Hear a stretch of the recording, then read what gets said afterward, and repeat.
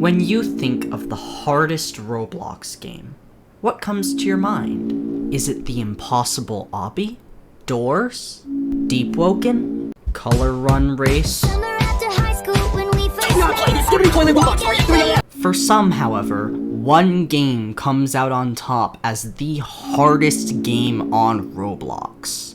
But first, where's the light switch? It's like pitch dark in here. There we go, that's a lot better. Now, where was I? Oh yeah, it's Juke's Towers of Hell. Now, chances are, if you're in like most Roblox communities, you'll have probably heard of this game, known for its unforgiving difficulty. If you don't know how the game works, then let me give you a rundown. This is an Obby game where you have to ascend a tower one stage at a time to get to the top. Each of these towers has their own difficulty, green being easy, yellow being medium, red is difficult, dark red is challenging, black is intense, pink is remorseless, and then the soul crushings, which I'll talk about later. Now, of course, in most Obbies, you're given checkpoints so that if you fall or die, you can just start right back where you were. No. Unless you're given a safety net, if you fall, you go back to the beginning of the tower.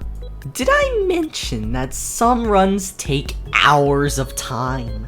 All that sounds like a hellish experience, doesn't it? Not for me, I beat the Plates of Fate hard Obby. I can beat anything now. Oh, how naive I was to say that.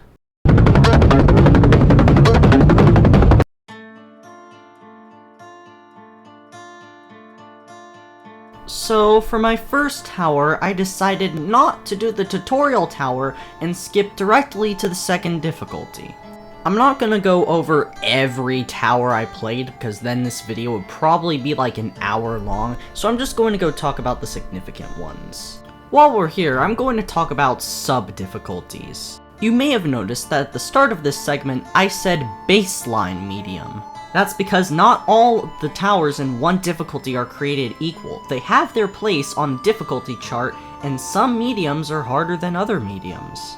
This medium in particular, however, is the easiest medium in the game.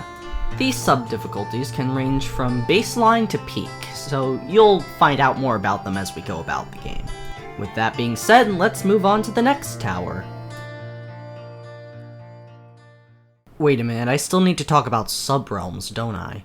Juke's Towers of Hell has multiple areas for the player to go to, each having their own set of towers, getting harder and harder as you descend or ascend, depending on your world. These are referred to as rings if you're in World 1, or zones if you're in World 2. World 1 is called the Great Inferno, World 2 is called the Spatial System. In some of these areas, you can find sub-realms which usually contain steeples, which are shorter towers that give half of the credit that normal towers would. Alright, got that? Let's go to the next tower then.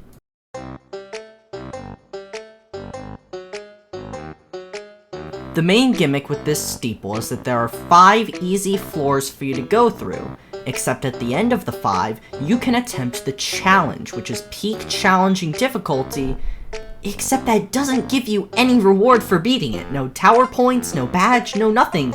All you get's bragging rights. Now, I wanted to do it, except that it was way beyond my skill level. Plus, there was like no reward for getting past it, so I just decided to skip it.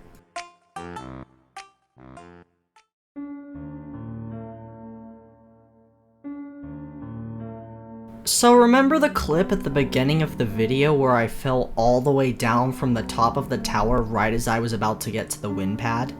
Yeah, this was that tower. As my first hard, it took me like 50 minutes to get through it, 30 minutes on my first attempt which I failed, and another 20 on my second which I won. This was also my first tower in the spatial system, so there's that.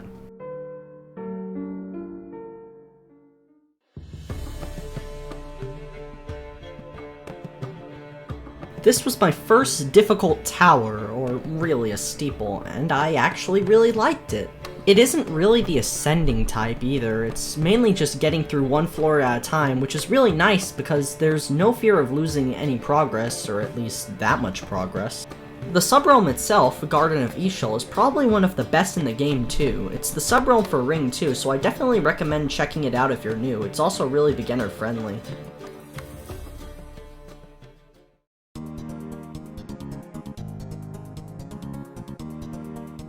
Now, following me being Steeple of Federal Foliage, I decided that it was time for me to already go to the next difficulty, Challenging. This was probably one of my biggest mistakes in Juke's Towers of Hell. For context, this is still my hardest completion to this date. At least by the difficulty chart, I've beaten harder towers in my opinion. But what about the actual steeple? Well, it's basically separated into two halves. You have like the happy, flourishing, happiness place, and then you have a version of it in the future where it's all like toxic and corrupted, and you have to like do both versions in order to beat the steeple. If you're up to the skill level, this was really fun, except for me, it took over an hour and a half, so it was kind of torturous, especially since I failed the final stretch, aka do it flawlessly or restart. Now, by the looks of things, this game is pretty hard, right? We haven't even scratched the surface of this game's difficulty yet. So for just a moment, I'm going to show you how difficult this game truly can get. These top 4 difficulties are the soul-crushing difficulties. They aren't required for progression, however they're basically the final challenge, or challenges, of every area.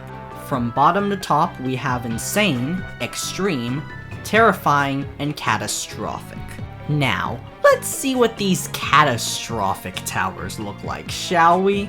This is Tower of Champions Road, a high catastrophic, having less than 600 winners.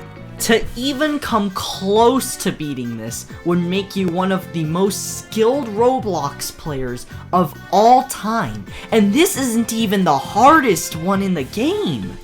This is Tower of Cruel Punishment, a peak catastrophic with only around 200 victors out of everyone who played the game. It is without a doubt, this is the hardest catastrophic in the game. What do you mean hardest catastrophic? Isn't it the hardest tower in general? I mean, there's no difficulty above catastrophic, right? This is the Pit of Misery with 2 brand new difficulties, Horrific and Unreal, with Unreal only having 2 legitimate victors in all of its towers. Introducing Tower of the Roof's Peak, a horrific difficulty, half a point higher than Tower of Cruel Punishment. There's not even any badges for these, so I can't really track the winner count, but to beat this, I don't even have any words. What's even crazier is that this is only mid-horrific. And now for the grand question. What is the hardest verified tower in Juke's Towers of Hell? This is Citadel of Infinite Void. For comparison, Tower of the Roof's Peak only takes around 8 minutes to complete. This is a 50-minute odyssey. This has only 2 legitimate victors, both of which are legends in the community. Now, where was I? Oh yeah, me sucking at the game.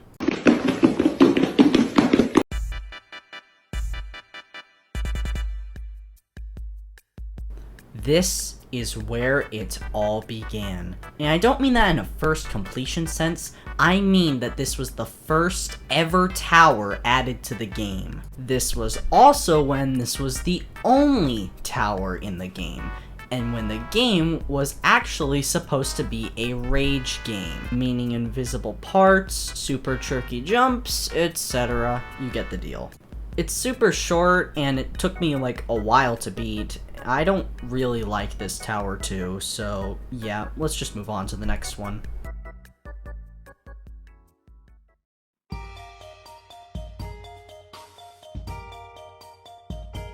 This steeple is actually really fun.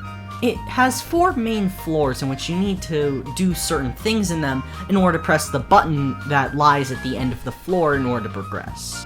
These 4 floors can be done in any order, however, the 5th floor can only be accessed once you've done all of them.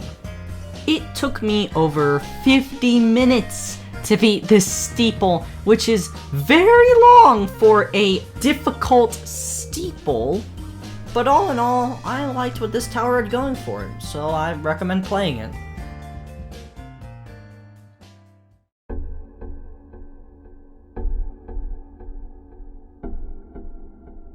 This was the first difficult tower I beat that was actually a tower.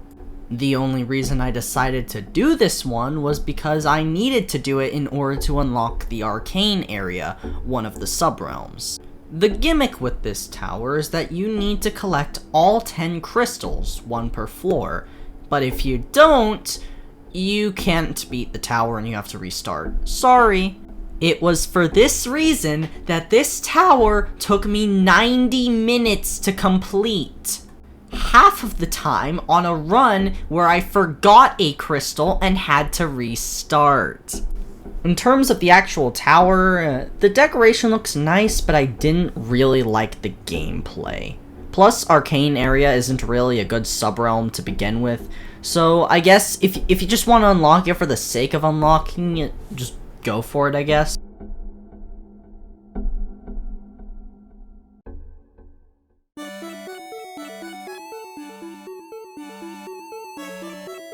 This tower was decent, not really anything noteworthy about it, but it took me like 40 minutes to complete and I did fall a couple times, but nothing was really that interesting about it.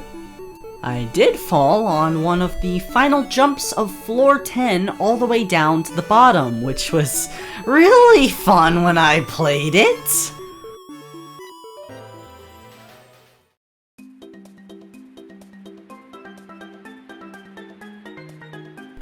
Now, this steeple is in one of the worst subrealms in the game.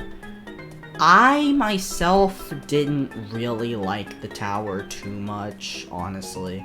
It was like a decent, not too good steeple, I guess. It took me around 20 minutes to complete, which is actually pretty fine compared to the other towers I've beaten, but we'll get to that in a second.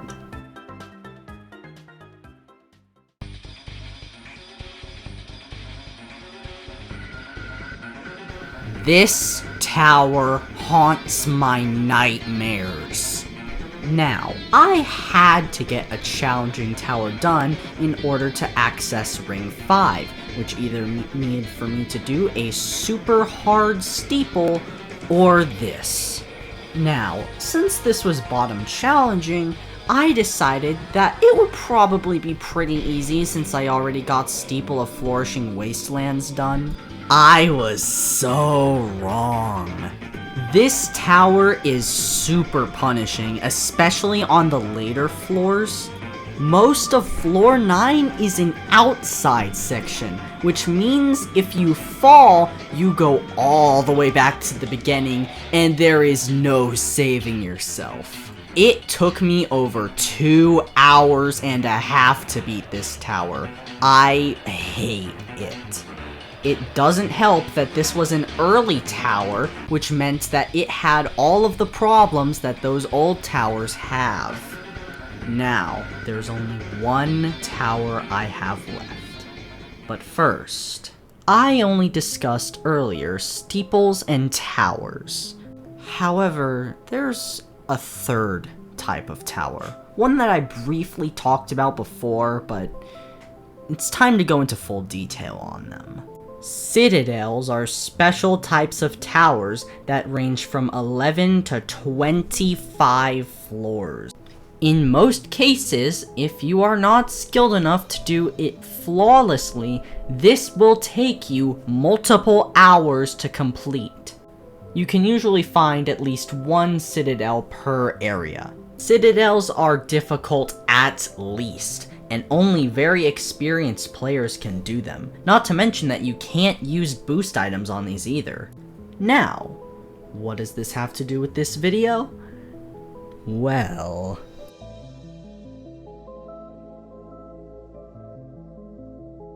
Welcome to Citadel of Inside Situations, the final tower I am featuring in this video. This citadel has 14 floors, however, it's in a very interesting manner. There is no falling down to previous floors in this tower. You get at least one safety net per floor, if not multiple. The only catch is that there are tons of kill bricks.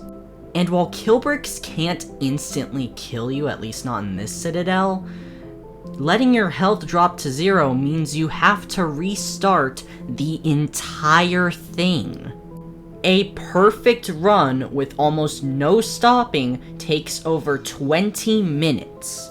A player with not so good skill level, probably playing this for the first time, would likely take over an hour on this tower. There are also a variety of gimmicks used. For example, this floor is super slippery. This floor ramps up kill brick usage by an exponential amount. This floor has no jump sections. Oh yeah, and also this fake out restart on like the second to last floor of the tower. However, despite the odds, despite everything, I beat the Citadel. And that is my journey through J-Toe. At least for now.